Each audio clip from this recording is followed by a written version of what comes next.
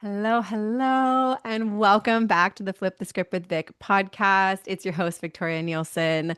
I love that I get to have the best conversations with the coolest women. And today I have Miss Mary on. I just call her Mari Godmother, even though that's like not your last name, but that is your Instagram name. So, It that is. makes sense. But Hmm. Mary and I met in Austin at a retreat years ago, and I had such a profound experience in her transformational breath work. And then she held space for me in a really meaningful way on my book tour when nobody showed up, which we'll definitely talk about that and the medicine of that because it was really important for me actually that nobody showed up. Um, and then just, yeah, to share more about her story and her embodiment journey. And I'm grateful you're here. Thanks for being here, Oh, Mary. thanks for having me. It's so sweet to get to catch up with you. Like that's what this feels like, which is so fun. Yeah. I know it's like a catch up that the world gets to hear. Yeah. But but I would love to share. So the Dreamweavers retreat that Mary and I met at was like this most like 11/11 magical mystical retreat. And I had never experienced transformational breathwork before like our session together. And for anyone that doesn't know what that is, would you mind sharing a little bit more kind of what it is and what it does? And then I can share kind of my experience. Yeah. So I would say there's so many different kinds of breath work. So I want to say like breath work is this like big, beautiful umbrella of really just being connected to the breath and having reverence for the breath and recognizing that the breath is a tool. It's a tool that can activate and energize us. It's a tool that can calm us down. So the particular breathwork modality that was used that you're referring to was called Revelation Breathwork that I was taught in back in like 2020. And this is like a three-part breath that's a more active breath. So it's in and out of the mouth. You breathe into your belly, you top off in the chest, and then you exhale through the mouth. And really, what this is actually doing is it is putting your body in like a safe, gentle fight or flight response. Yeah, it's like it's very Um, arousing. it's very arousing, and the reason for that is to actually work with the nervous system to support the nervous system that kind of stress response to then move with the sensations, move with when your body is a little bit more activated to kind of clean things out, really, is what it's there for. Um, and and then afterward you get to just completely rest, and that's where you go like very deep into your parasympathetic nervous system, that rest and digest aspect. But yeah, it's kind of meant to get the gunk out, this particular breath work, and to just like deeply connect with yourself. And um, if you believe, then for me it's like a very much connecting with higher power or God or whatever it is. So yeah.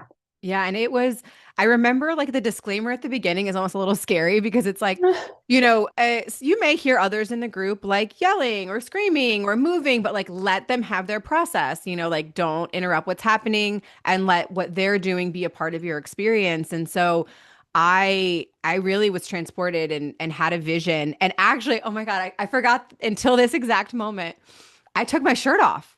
You I did. I was totally like, forgot fuck yeah. that. Yes, girl. And this lady's okay. If you guys know me now, you're probably like, well, okay, yeah, of course she took her shirt off. But like, this is me, like 2021, me, 2022. I just had Rocky. Like, yeah, no, that was not the style for me back then. But I was so moved and I just felt like there was so much on my throat and my chest, and I didn't want anything touching me. I took my shirt Mhm. off. I wanted all of this stuff off of me. But it was when I had this vision of me like covered in gold and very Mm. Egyptian, and saw that I was going to have like a chest tattoo, and saw that I was going to have, I wrote in my journal that the throat tattoo was on the back of my throat. And then I had something else, but that it was all my spiritual armor. And then I wrote this all down, forgot about it until I went and got my spiritual tattoo in Cornwall. I grabbed that notebook, Mary, didn't even know I brought it with me. Like I just picked a random notebook. And I took it with me Oh. and I was like sitting there waiting. She was making me my cacao before we started our ceremony. And so I was like, well, let me just see what's in this journal, you know? It was Dreamweaver's retreat, and I literally had that exact paragraph of me in the spiritual armor, and I couldn't even believe it. Like I was like, wow, what a nod from the universe. Like to remind you that this seed was planted in 2021 or 22, Mhm. whenever it was, but like now it's coming to fruition in 2025. Like how wild is that? Wow. And then here you are today, like dripping in gold with your tattoo, like your outfit. It's like Exactly. Like I'm like, this is how you manifest, ladies. This is how you totally. manifest. Yeah. But it was, yeah, it was so wild. And then, we stayed connected, and I had a book tour circle in Austin, and I was like, Mary, come do sound because you're just amazing and I love you. And Mm. Mary came and was so sweet and was ready to perform an amazing sound bath. And then nobody showed up for me. But you kept me so grounded. Like you were like, okay, well then now you get a private sound bath, Hmm. which was perfect because I had a very big photo shoot the next day, and actually it was exactly what I needed to ground into the energy. But how do you always know what people need, Mary? I feel like you really do. Oh, oh, thank you for saying that. That's really sweet. How do I always know what people need? I don't even know how to answer that question. Oh gosh.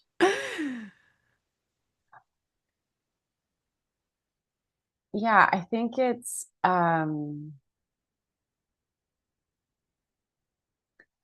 actually the willingness to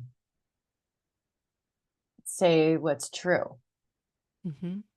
And to I be think open it to receive it. to be open to receive it. And so like, yeah, an example of this, this was like maybe a year ago, and I got asked to record a guided meditation and sound bath. Like it was like a sound meditation for this candle company. It was like a candle, yeah, that's focused on grief. And so it's something that you can send to people who are grieving.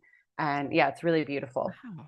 And so the we were in the recording studio. It was like there was like some high stress, right? Like someone was like running late and they're like trying to set up the space, and there's all this just like kind of energy. And it felt like, yeah, and they essentially kind of messed up, and we're gonna have to ask me to like come back later because like I had to go to work because I work a 9 to 5. And so Which I can't even believe you still do, by the it's way. But I same. Like honestly, no, everyone in my life is like, all right, this is, yeah, but it's where I am in this exact moment, and grateful for, yeah, what it's providing me right now. But so yeah, so I was going to leave them. They had someone else that was coming because they had essentially run late. I was supposed to be the first recording. They had somebody else coming in. That person was about to be here. They were like super stressed out. They're like, we're so sorry. Like, oh my God, like, blah. And I was like, you know what? It's actually totally fine. And what I feel really called to actually just like lead us in a meditation. So like while we're not recording it, like let's just do that, and to actually reconnect to like what you're doing here, what you like, reconnect to the essence and the spirit of this mission of supporting people through grief. And so I just like led them in that. And then like they had the rest of the day with the recordings, and I came back in the afternoon, and um I was tight on time. So I was like, we're gonna do this in one take. And they're like, can you do that? I was like, I'm gonna do that. I And then will I did it speak in it what so. I did it in one take, and they're like, whoa. So I was like, but I think it's like getting like in that moment, it's like, okay, I could get caught up in like, oh, the frustration or the, like whatever it is, but it's like, but we are here right now. And what does this right now moment need? Um, and then just being willing to, yeah, I think like observe that, feel it, and share it, right? Because in that moment, that was also very counter to the energy that was happening. Like it could have been Yes. really easy for me to just be like, okay, sure, no problem, bye. Because they were definitely not in a space to like want to slow down. They were going like 100 miles per hour. So, um, yeah, I think it's just like the willingness, the vulnerability sometimes to actually even like express, hey, here's kind of what I'm feeling or sensing in this moment. Like if you're If you willing, are or like too, if you are to, yeah, if that would be of service. So yeah. I love that though, because I feel like that's very unique to you, because I would have been the person that Mhm. was like, all right, bye, see you Yeah. later. Like, but I think you have been on such an embodiment journey, and I feel like you are so in tune with your emotions and Mm, your feelings. Has that always been the case? mm, no, definitely not. I think it is the case until it's not, and then it becomes the case again. So growing up, I come from a family that immigrated from Hungary. So I'm purebred Hungarian, 100% Hungarian. And I was born in Germany, but we came over when I was 3 months old. And yeah, like a really challenging childhood. There was a lot of tension and chaos and, you know, different forms of abuse growing up. And I was a really sensitive kid. And I still am like a really sensitive person. And how I view that is like it's absolutely a superpower of mine. Um, and being sensitive is not weak. I'm like sensitive to myself and to others, and yeah, I'm responsive to my environment. And so, yeah, what was challenging about that is that I was really sensitive, and those in my environment either weren't or had conditioned themselves to not be. And I got like ridiculed a lot for being sensitive. And I had these big emotions that I didn't really know what to do with. Yeah. And then growing up, in high school, like I started partying a ton, like big, big Oh, drinker in I college, know like, that. and like, Except mine was, yeah, MDMA, but yes. yeah. Yeah. And so that then created some like moments of explosive emotional energy, but then also like numbing myself and, all of that. And it really wasn't until, honestly, I feel like maybe like 2017 is when I really first started to like become way more aware of like my current state, and working with like my anxiety and like these kinds of things. I did like a yoga teacher training that was really supportive of just like deepening into meditation. It was the first time I had like an out of body experience in meditation, and I was like, wow, this is amazing. And I Like don't this need is a drugs really for beautiful. this, or I or don't like need to drugs drink or for whatever. this. Yeah. Yeah. So like I would say yoga was like a really big tool for me. And then later it just became things like breath work were really big. I stopped drinking. I, was like very interested in like a deeper spiritual path. And I would say something that was a really big breakthrough for me was the first time that I was able to be with an emotion without the need to create a story about it. Ooh. Yeah. So like oftentimes like when I feel like anxious or stressed, like then I'm like, oh my God, why am I? Or like, oh yeah, that thing, like my brain needs to You go glom right to the on. logical mind, and you're Yeah, like to trying to explain the feeling versus feeling the exactly. feeling. Got Yeah. And I had this moment where felt this like, yeah, pain in my chest and this like emotion in my chest. And I was like, I'm just going to be with this. And I told my body, I was like, I am here for as long, like you have infinite time. Like I'm here for infinite time to just witness and observe this sensation in my body.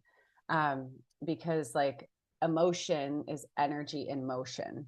it. And so I'm like, okay, I'm just here to be with this energy essentially. And it was so powerful because yeah, witnessed this sensation, and I would just let it be like really slow and just like kept noticing it. And then it would slowly start moving. Isn't it wild? It's wild. It slowly started moving upward. And then it was coming into my, like upper chest. Then it was slowly coming into my throat. And I felt that like tightness in my throat. And then it slowly came out my eyes. And then it was just like, it felt like the purest, cleanest tears like coming out. And it was like, wow, it's so beautiful. Like what happens when you actually just let the energy move. Exactly. Your natural Kundalini, do what it wants Yeah, to do. yeah. Yeah. And I was like, oh my gosh, wow, this is like such a beautiful thing. So yeah, I feel like I've always probably, I think, as I think we all are, but have been sensitive and attuned to things, shut it down for a long time. And now I feel, yeah, really aware and mindful. And I think the biggest like thing that I'm continuing to cultivate is actually the willingness to be witnessed in it and reveal it to others and those that are close to me, like my partner, and not, and like for a long time now, I've been very, very conscious of not weaponizing my emotions. Like the way that we can, when we're feeling something and then putting it on someone else, like if I'm feeling angry or hurt by my partner or something, to just like be in my emotion of like, wow, I feel so hurt and like my chest feels like it's on fire. I feel anger like pulsing through my arms, and to actually just share that with him and let him witness me in actually moving it through my body versus like, you did this or, Yeah, that whatever. lash out. I mean, Yeah, it's an immediate. So many of us have that automatic defense mechanism, totally. So that's really beautiful that you're not only changing, right, the patterns in your own life, you're like physically changing the patterns in your body because you're letting yourself Hmm. actually feel it instead of holding on to it. That's so Yeah. beautiful. And before we started recording, you were mentioning that you've been really helping folks through breakups. And I know you've had such a love journey. Like when we Hmm. first met, you were so open and, vulnerable. And I feel like you went on a journey to find your person. And share that with us, would you? Because I know you have a lot of lessons and a lot of Oh my medicine from that gosh. time. I ha I yeah, it's like, I feel like I could write a book about my love journey, but You need to, by the way. yeah. Done. Done. I'm putting it in the universe. Oh my God. Okay, I'm gonna try to keep this very like cliff notes, but yeah, so I mean I'm like such a romantic lover, like snuggle butt, and Snuggle um bud. yeah, and I okay, so I would say it's like quick history, right? Like my senior year of college, I met a partner that I was with for 6 years, and really in love. It was definitely not the right partnership for me, though I thought that it was.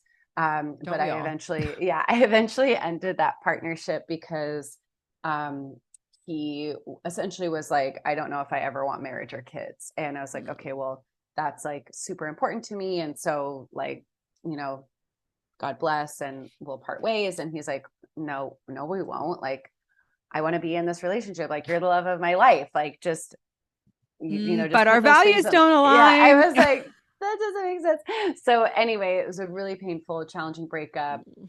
Then like I was single for like about a year or two, and then met my next partner. And like our first date, I was like, listen, I'm ready for like marriage and babies, and like totally fine if you're not, but like that's like I'm only dating people who are interested in that. He's like, I'm totally interested in that, and if we're together in 2 years, like I don't know why we wouldn't be like getting engaged and whatever. It's And like doing that. great. Yeah. So we like we're together, moved in.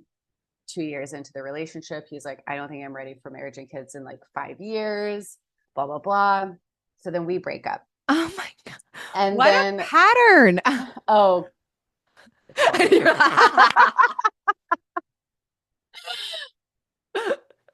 Okay. I love this. It's It's a like, okay, buckle up, Buttercup. no, literally. I love you guys not watching the video right now. Like Mary's like getting settled in, like, all right, here's the tea. Like, Also, fun fact, my middle name means buttercup. So really buckle up this oh, I buttercup. love that. um, so then okay, so then we break up, and then I go into like a deep depression after that breakup because I was just, yeah, it was really fascinating of just like what was happening for me and like so powerful. Like that dark episode was like such an initiation of my soul and like my, yeah, it was so important for me to go through that period. It's what really opened me up to like a much deeper understanding of compassion. I actually probably think that's what serves me really well in knowing what people need or like offering it is because of like the really, really dark times in my life. And like, and just getting to feel it and sense it and just be like, hey, we're in this together, Yeah, and I could coming talk with a lot about compassion, like compassion. Yeah, and that you have enough compassion now for yourself that you can share it with the world. totally. Yeah. So that happened. And during that time, I decided I was going to move somewhere. So I moved from Seattle to Austin, Texas, which is where I live now. And within a year of that breakup, that previous partner was pregnant with someone else. What And a punch to the gut. oh, Oh and my when I gosh. found out, so he and I happened to both be in Palm Springs. I was there in Joshua Tree leading a retreat, and he was in Palm Springs with his partner.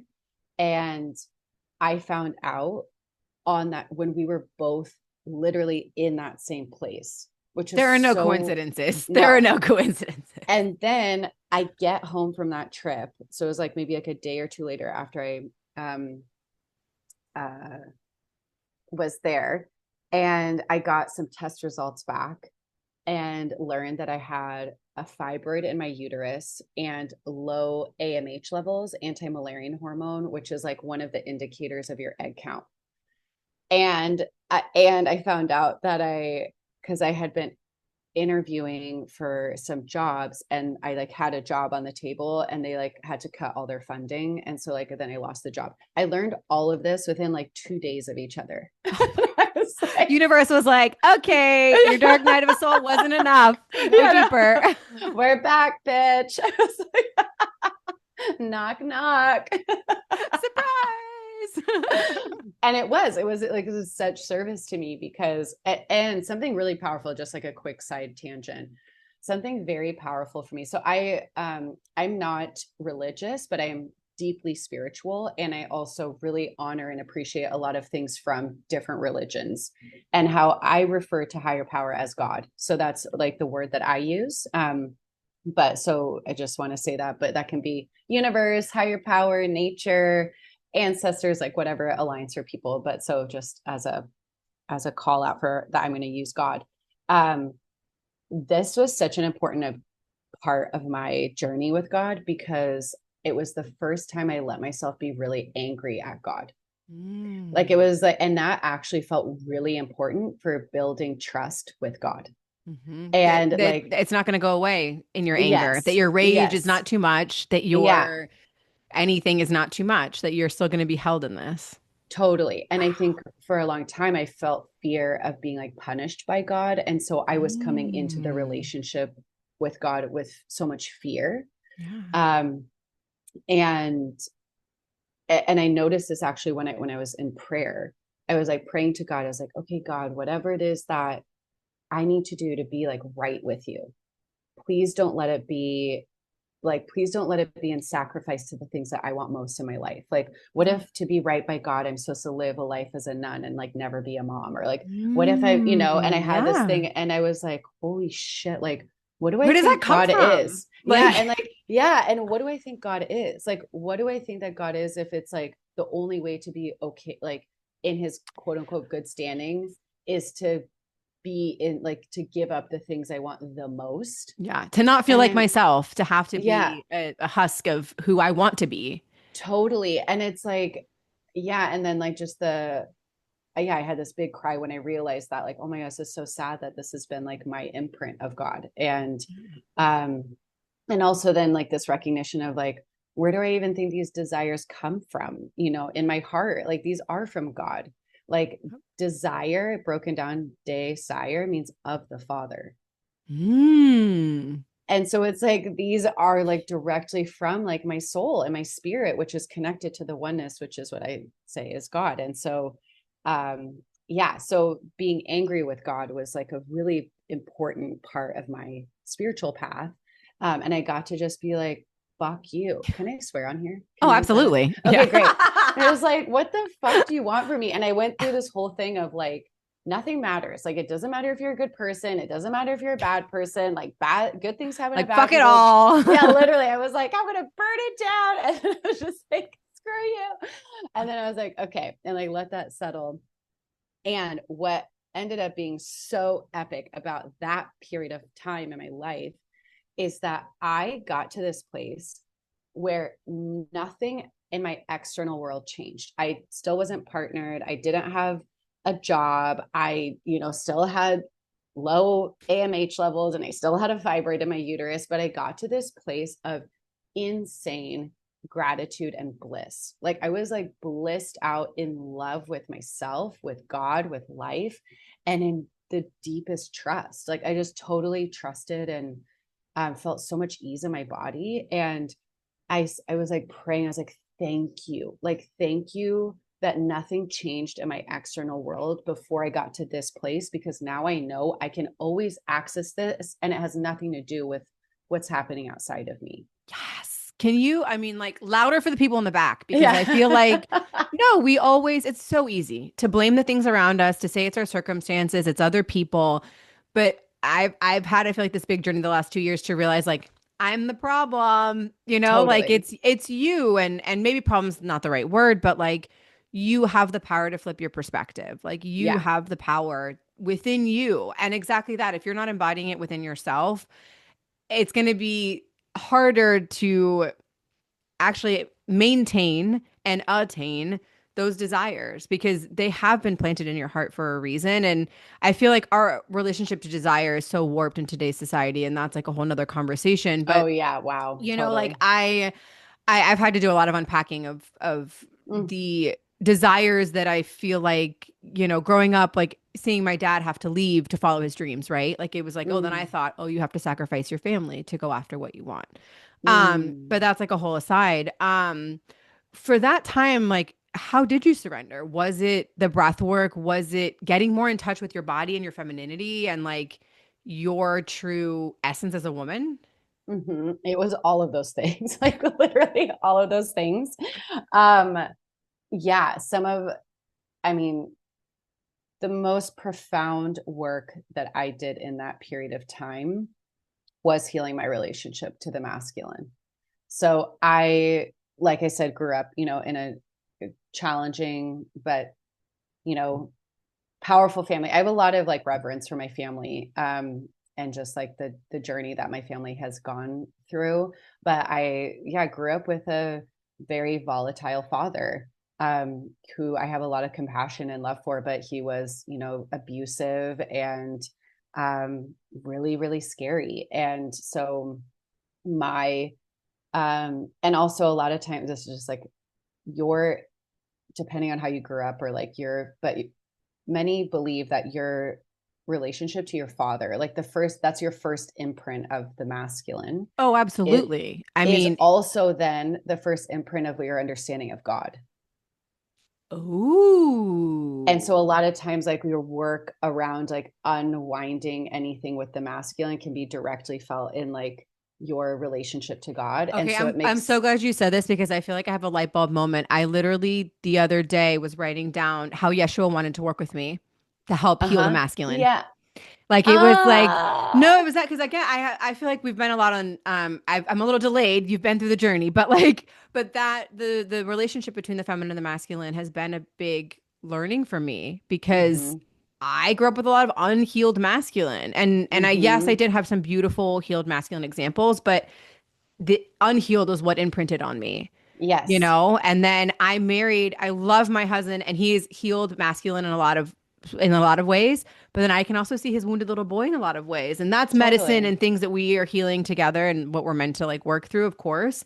But I had such an aversion, not to working with Yeshua, but like even using the word God for a long I time. know. I know. I Same. didn't Same. I just didn't, and I guess maybe it was the masculine energy, maybe not, but yeah, he came through so strongly recently and was like, we need to work together because you need to heal this part of yourself. Like there's so much more out there for you if you were willing to like stop putting it as this other thing, that like, I don't know, is so wounded, if that even makes sense.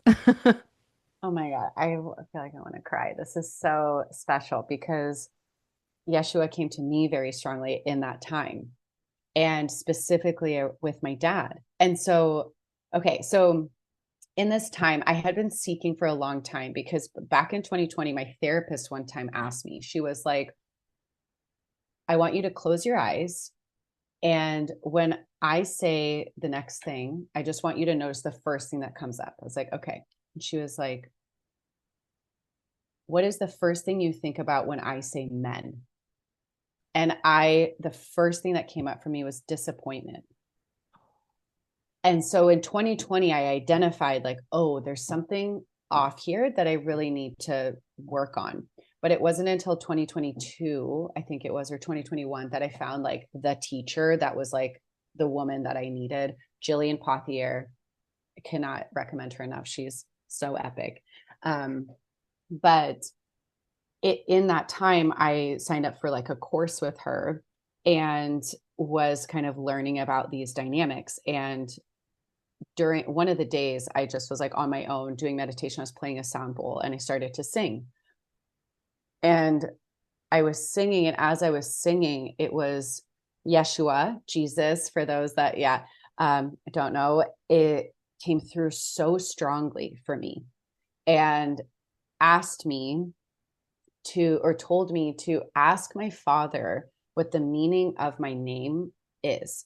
And like, why, because my father is really the one who named me. And so like, why did he name me this? And like, to look up the spiritual meaning of my name and have him be the one to tell me. And I was like, My okay, dad like, named me too, so this is really weird. I kind of want to ask. wow. I kind of want to ask him why he named me Victoria. Now that you're saying this. Yeah, wow. Oh my God, I love this. So then I reach out to my dad, and just to note, like, starting at probably like 16 or 17, I made a very clear decision that I was like, I'm not asking my dad or receiving anything from my dad. Like, I don't want money from him. I don't want his advice. I don't want anything. Like, I shut the door like very strongly, and like obviously would um like be in space with him and still like hug him and like love him and those things, but like I didn't want to receive anything from him, because it was just always used against me, is what it felt like. And so I had shut that door. So it felt really vulnerable for me to like reach out to my dad. And I reach out to him and I was like, hey, I think I'd FaceTime. Yeah, I like called him, FaceTimed him, because my parents are living in Hungary and they were at the time as well. And I asked him for this, and he's like, why can't you just look it up? And I was like, I can look it up, but I actually really want you to do it. And it would feel really special for me if you did it. His whole face like lit up. It was wild. And he was like, okay, okay, I will. Like, because he was out on a walk with the dogs, and he was like, okay, I'll call you back. And so then he calls me back and he shares with me, and like I'm crying, and it was just so beautiful to realize, allowing myself, like, I was so armored up with my dad, especially, and again, my first imprint of the masculine. um and it required me to soften and like like it was vulnerable for me to do this, but to get to witness what then it did to him, and then how he responded to me was so wild, because like we've never had this specific conversation, but I know that he felt my disrespect for him, and like my feeling of disappointment in him, and my judgment of him, and like all these things. And then the way he responds to that is by doing more things to fulfill that, you know. And also I want to note that like this is it's a challenging process, and especially if you grew up in like abuse, or like have experienced abuse with men, and these things like this it's really scary. And I really recognize that and just want to honor that. And for me, in my particular journey at this time, um, it is what absolutely has freed me, and has like, I ended up getting to experience things with my dad that I never thought possible. I grieved my relationship with my dad back in 2020, of like, I've just accepted that I will never feel like a beloved daughter. I will never feel like cherished by my dad. And I'm just not going to have that relationship. And like, I accept that and I release it. And instead, I'm going to focus on cultivating that with God, and just like trust that. But that whole year, I continued to open to my dad. Um, he ended up like, it was the conversations that my dad and I had, and the way he showed up for me was something that I genuinely did not think was possible. He like apologized to me for things. He listened. He was so patient and calm. He ended up buying me flights to see him in Hungary. He like listened to me when I was just crying, like sharing how hurt I've been by him. And I got to feel like a beloved daughter, like for the first time. And it was really, really, really, really special and important for me. And then I just started to shift everything of how I viewed men and the masculine, and how, yeah, how beautiful and amazing men are. And I started to like prime myself with that. And then everywhere I went, it was like men opening doors for me. And I just got to like breathe it in and receive it and like say thank you and just like ask for help. Like when something was too heavy for me, or like when I, yeah, like felt scared about something, and just like asking like my coworker to walk me to my car, or like whatever it is, like it's, yeah, it just opened up a whole new world for me, and it is what enabled me to be with my now partner. And I mean, we are on like such an epic journey. True, like this relationship is the most miraculous thing I've ever experienced in my life. It blows my mind. Every That's woman gonna make me deserves cry. that. I know. Every single woman deserves that. But how Yeah. beautiful, and this reminder that actually like us softening even more, us being even Mm-hmm. more vulnerable is actually what allows the masculine to rise and do what it's Mm-hmm. meant to do. And that like we, I maybe some feminists listening are rolling like in their graves or like getting upset, but like I've really changed my tune. I used to be that like feminist that was like, I want to be just like a man and da da da da da. No, I want to be Mm-hmm. soft like a woman so that my Yes. man can be the hardness that I need him to be, Yes. and so that he can cherish me. And like actually I love feeling that way. And then it makes me want to Mm-hmm. nurture him more. Like it's just a cycle Totally. of I don't know, it's a cycle of love that I feel like a lot of women, myself included previously, had turned ourselves off to because I we were know. trying to be both energies. Yes. And while we carry both energies, you're not, as a woman, supposed to be both at the same time. Like that's No, confusing to our systems. totally. And I would love to speak on this just for a little bit. So I was in a sound meditation this last weekend. I was receiving. And something that comes up to me, or comes up for me a lot of times that I'm in these spaces, is I get shown like the like truest, I hate using the word codes. But it's like I can't think of a better word right now. But yeah, I get such like deep wisdom and insights into the importance of masculine and feminine energy and the embodiment of these things. And something I was shown a couple of years ago was like, we need our men online right now. Like it is vital for the what is happening in the world and the direction that we are headed as a humanity. We need our men in their power. This is super important. And the only way for our men to be in their power is if we as women are in our full power and embodiment, which is to be the oracle, which is to be like in our feeling body. It is to be willing to feel it all and express it and reveal it. Because this is for men the pulse. It's the pulse of life, of what is happening right now. And it is vital information for them to have to then be able to make the decision of what direction we need to go. So this is like, it's been so clear to me. And in the sound meditation that I was at this last weekend, at one point we were like all laying down with blindfolds on, or like eye masks on. And at one point I was so moved by the music. I got up and I felt the full embodiment of feminine essence, and like the power and the magic and the beauty and how important it is. And I was dancing and moving, and I was like, I don't need to be physically strong because I am protected by my men in my community. I don't need to be like driving in whatever because I'm the oracle. I don't need to be, like these things. And I was just feeling like separating out the differences and like feeling my heart get bigger and bigger, and like my body gets softer and looser and like more powerful. And yeah, and like after the experience, my partner reflected me. He was like, he was sitting like way in the back of the space. But he was like, you were moving. Like when you would walk through the space, it was like a panther. So like, I want to be clear that like, this is fucking powerful, fierce energy. It's not like docile. And he No, was like, you're you're not like, oh, literally, woe is me. yeah, Like, no, he yeah. was like, you were a panther. And I'm like, I know, like I felt that. And then I had four different men, which like for me, when I was dancing, my eyes were closed. I did not like see anyone else or connect with anyone else. Four different men expressed to me like, oh my God, like two things that some of the men said specifically was, I saw you in this and immediately was like, oh my God, that is like the divine feminine. And it's exactly what I needed in the moment because of like what I was just like processing through.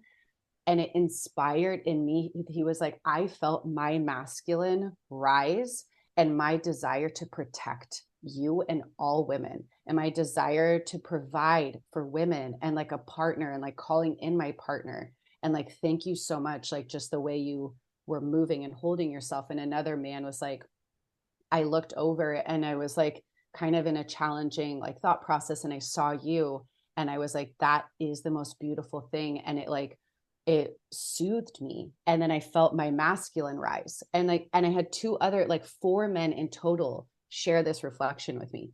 And for me, this is, it was I about was like, how a was that to receive that? Did that feel amazing, good to it receive? felt Okay. so beautiful. But for me, what it was is it affirmed to me the, the information that I was receiving at the time. So it was like less about me and it was more about this information of like, yes, this is correct. Like Yeah, what I this is the was way that we feeling. should move in the world. You were being the Yes. oracle, and they were Yes. receiving exactly what they needed from your energy and your essence just by being yourself. Yes. And how like partnership is so important. Like I was feeling such depth of like partnership and being the oracle for your partner, and how important that is, how much it serves him. And after our like sound journey, my partner and I were debriefing, and he was like, babe, he's like, because he and I have been on like a journey. Yeah, like this could be a whole episode, but when we met, he had no desire for partnership. Like that's not what he wanted. I also was looking for partnership and not with him. So we had a very clear container choice, like a container, for those that don't know what that is agreement and like of what our connection was. And for us, we were focused on being lovers, and specifically like experimenting with fantasies, kinks, like all those kinds of things. Um, and like no plans to partner. And then we ended up falling in love, and it's been like the most epic surrender with God and life like in the world. And the process he has gone through to, yeah, like shed and like fucking die in a lot of ways, because he was like didn't want to be in a partnership for like 10 years, and is now having to go through some like massive shifts for within himself to like be in this partnership, because he's like, I know that you're the one. Like, and so this is what it is. We broke up for a little bit. Like that's again, we never even talked about the breakup stuff, but it's fine. We went to different places. But yeah, so for him, like he had shared with me, like this partnership and how you show up in this partnership is what makes me feel like a man. Like as men, I think we kind of always feel like boys until we're with like our woman. Until you're And with a fucking queen. yeah, It's totally. true because because also I'm sorry, we treat them like little boys. We still mom Totally. them. We do all the Yeah. things for them. Yeah. We take over the masculine and the things that he needs to be doing. And so Yeah. no wonder he feels maybe emasculated or like a little boy because we're not even letting him be the man he's supposed to be. Totally. And this is, or you said it earlier too, of like it feels good to be embodied in like in our softness and our sensuality in our oracle. Like it doesn't feel good to be like driving and like doing all this stuff and like emasculating our partner. But it's also what's been shown to us is like a quote unquote safe path, but it actually is like the least safe path. It's so much safer actually for us to be fully embodied. This is when we get to like really receive the protection and everything, and is also when our men are in their power. um but yeah, he was just like, this is like how I feel, like what you evoke in me and my desire to like provide for you and protect for you, and like, and for you to get to be in your magic, and like I want you to get to share this with other women, you know. And I'm like, yeah, like this is so important. Like again, it's like I can't even feel it enough of like how important this all is for us to all be in our power. Like this is where we are in access to our biggest power, is when we get to be in these owning what makes us unique and different, versus like trying to be like the other or quash what is unique in the other. It's either we're trying to be it, or we're trying to put out the fire that is in the other. um yeah, so I don't Oh even know my God. what question you had I asked don't me. even, but I love it. I mean, I could sit here and talk with you all day. I think we have to I do like a know. whole second podcast, by the way, about like breakup and kink and like all of Yes, that, because that please. is like fascinating. But I Yeah. would love if there, yeah, any, I don't know, any just last oracle words of wisdom coming Mm. through that you would want to share with anyone listening. And then please share how folks can get in touch with you and work with you and just get to be in your magic. Okay, last words of wisdom. I'm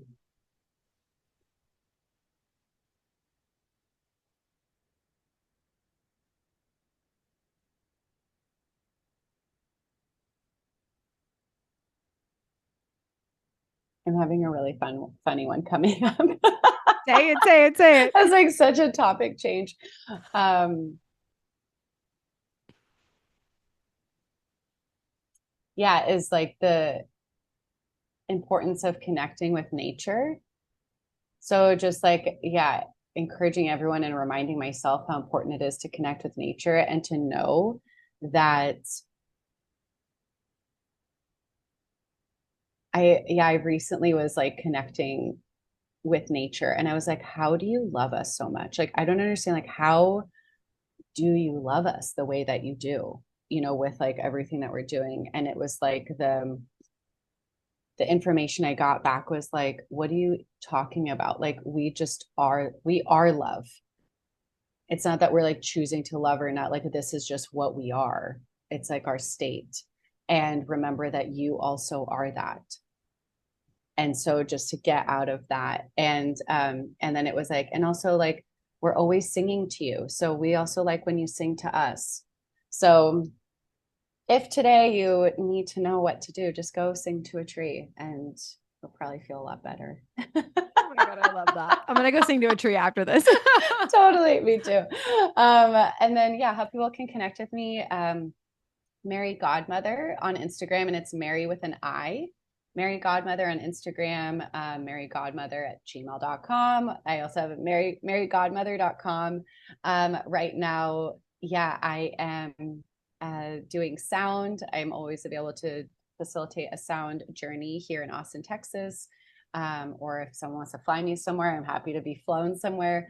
I am also like opening up my coaching business. And so I'm supporting people through breakups is what I focus on, but also like focus on like the feminine masculine dynamics. I'm currently planning a men's sound journey and meditation experience. So it's going to be really special. Actually, I have some women, there's a group of us, we're all like trained tantra healers, facilitators, etc.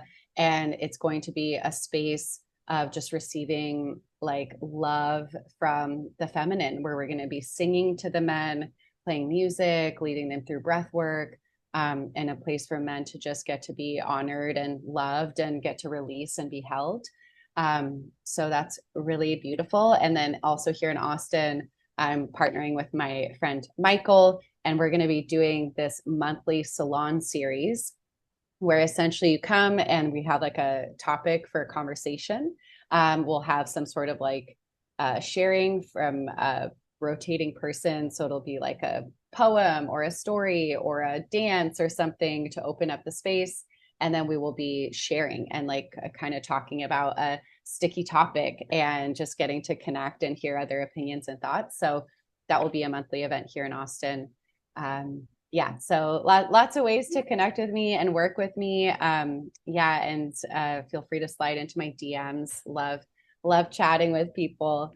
Yeah, and I feel really grateful to have gotten to spend this time with you. I loved talking to you and like definitely want a part two. Yes, please. If you have been loving this conversation, please like, rate, subscribe, share it with other women and men that maybe need to hear this because the more that we share, the more we can flip our perspectives together, that we can come into alignment and unity. Thank you so much for being here, Mary. My heart is bursting. I cannot wait to have another amazing woman on next week. Stay tuned. New episodes every single Tuesday. Thanks for being here, guys. Be good to one another. I love you.